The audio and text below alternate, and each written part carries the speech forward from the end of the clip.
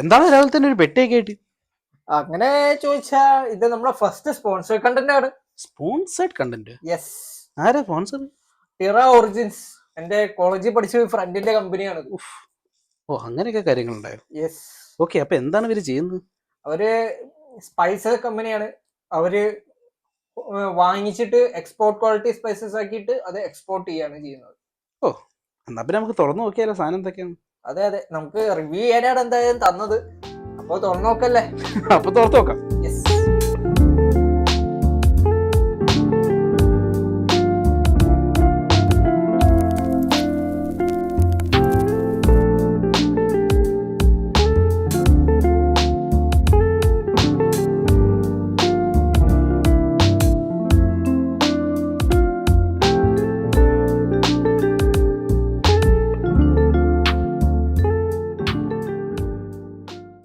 അപ്പൊ export quality എന്നൊക്കെ പറയുന്നത് കേട്ടു. എന്താണ് ഈ എക്സ്പോർട്ട് ക്വാളിറ്റി?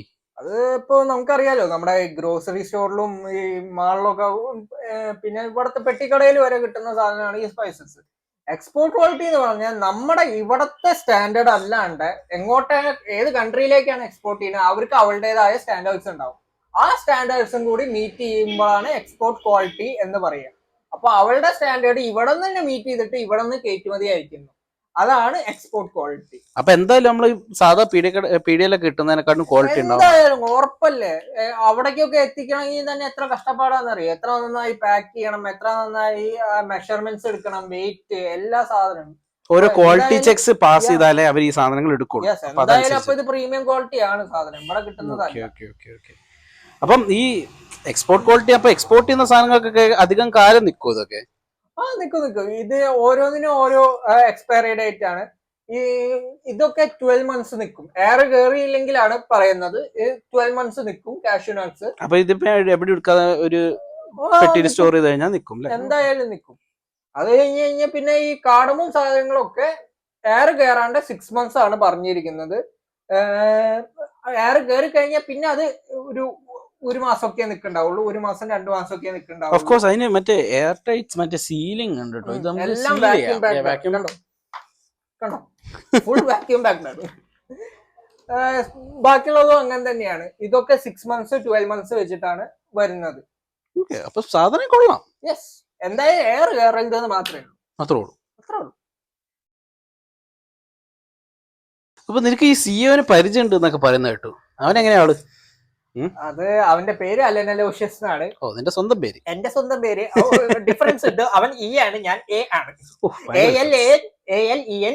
ഒന്ന് അലനും ഒന്ന് എലനും. യെസ്. അപ്പൊ അവനെ ഞാൻ കോളേജിന്റെ കാലത്ത് ഞങ്ങള് BBA ഒരുമിച്ച് പഠിച്ചവരാണ്. അപ്പോ കോളേജിന്റെ കാലത്ത് തന്നെ അവന്റെ പേഴ്സണാലിറ്റിയും എല്ലാ സാധനവും എനിക്ക് കറക്റ്റ് ആയിട്ട് അറിയാം. കാരണം ഞങ്ങളുടെ കോളേജ് ഒരു പട്ടിക്കാട്ടില് പറഞ്ഞ പട്ടിക്കാട്ടില്ല, ഒന്നുമില്ല, അടുത്ത ഹോട്ടലും ഇല്ല, ഒന്നുമില്ല. ഇപ്പൊ കുറെ ഡെവലപ്മെന്റും സാധനങ്ങളൊക്കെ വന്നു, പക്ഷെ അന്ന് ഒന്നും ഇല്ലാത്തതാ. അപ്പൊ ഇവന്റെ വീട് മൂവാറ്റുപുഴയും കോളേജ് പെരുമ്പാവൂര, ഒരു നല്ല ഡിസ്റ്റൻസ് ഉണ്ട്. എല്ലാ ദിവസവും രാവിലെ ആ ഡിസ്റ്റൻസ് വീട്ടിൽ നിന്ന് വരുന്ന ആളാണ്. അത്രയും കമ്മിറ്റ്മെന്റ് ഉണ്ട് ഇവന്. അതും പോരാത്തതിന് ഞാൻ ഹോസ്റ്റലിൽ നിൽക്കുന്ന ആളായിരുന്നു ആ കാലത്തൊക്കെ.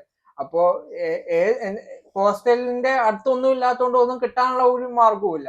അപ്പൊ എന്തെങ്കിലും ഒരു ബിസ്ക്കറ്റോ എന്തെങ്കിലും അവിടെ നിന്ന് കഴിക്കാനുള്ള സാധനമോ എന്തെങ്കിലും വേണമെങ്കിൽ ഞാൻ ഇവനോട് തലേ ദിവസം പറയും, എടാ ഇത് കിട്ടുകയാണെങ്കിൽ ഒന്ന് കൊണ്ടുവരാൻ പറ്റുമോന്നൊന്ന് ചോദിക്കും.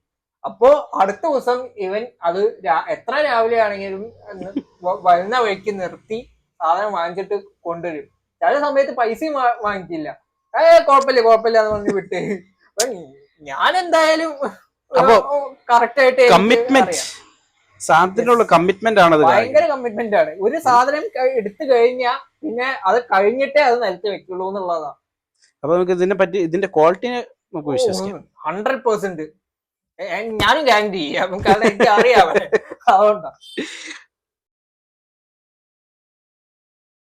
അപ്പൊ സ്പോൺസറിനെ കിട്ടി, സാധനം കിട്ടി, പക്ഷെ നമ്മൾ കണ്ടന്റിന് എന്ത് ചെയ്യും? അതാണ് ഞാൻ ആലോചിക്കുന്നത്. ഇത് വെച്ച് എന്ത് കണ്ടന്റ് ഉണ്ടാക്കും? നമ്മൾ കുറെ സാധനങ്ങൾ ചെയ്യാൻ പ്ലാൻ ഇടുന്നുണ്ട്. അതിന്റെ ഒരു സ്നീക് പീക്ക് ആയിട്ട് നോക്കിയാൽ മതി. ഇത് ഞങ്ങൾ കുക്ക് ചെയ്യും ഇത് വെച്ചിട്ട്. സ്പൈസസ് പിന്നെ കുക്ക് ചെയ്യാൻ നേരെടുത്ത് തിന്നാൻ പറ്റില്ലല്ലോ. അപ്പൊ കുക്ക് ചെയ്യും, സ്മെൽ ടെസ്റ്റ് നോക്കും, ഒരു മിറർ മാച്ച് എന്ന് പറഞ്ഞ പുതിയ സീരീസ് ഞങ്ങൾ തുടങ്ങിയിട്ടുണ്ട്. അതില് ടിറ ഒറിജിൻസ് വേഴ്സസ് ഒരു ഗ്രോസറി സ്റ്റോർ ബ്രാൻഡോ അല്ലെങ്കിൽ ഇവരുടെ മാതിരി തന്നെ എക്സ്പോർട്ട് ബ്രാൻഡോ എന്തെങ്കിലും അത് ചെയ്യും. പിന്നെ ഈ വലിയ ഡ്രിങ്ക്സ് ഉണ്ടാക്കി നോക്കും. കുക്കിങ്ങിന്റെ പാർട്ടായിട്ട് തന്നെയാണ്, എന്നാലും ഡ്രിങ്ക്സ് ഉണ്ടാക്കി നോക്കും. ചായ, എന്തൊക്കെയോ കണ്ടന്റ് ഇവൻ പ്ലാൻ ചെയ്തിട്ടുണ്ട്. ഞാൻ കുറെ പ്ലാൻ ചെയ്തിട്ടുണ്ട്. ഞാനിവിടെ ഇരുന്ന് അതൊക്കെ അഡ്ജസ്റ്റ് ചെയ്ത് കേക്ക് കാണുന്നതാണ്. എല്ലാം വരെ തീറ്റിപ്പിക്കും. എന്തെങ്കിലും പ്രശ്നം ഉണ്ടായിരുന്നെങ്കിൽ തന്നെ ഇതാവും. എന്നെ ഏതൊക്കെ ഹോസ്പിറ്റലിൽ കാണാണെങ്കിൽ ഗൈസ് ഒന്ന് ഹലോ പറഞ്ഞേക്കും. യെസ്. അപ്പൊ ഓക്കെ, യെസ്, എന്തായാലും അടുത്ത എപ്പിസോഡിൽ കാണാം. യെസ്.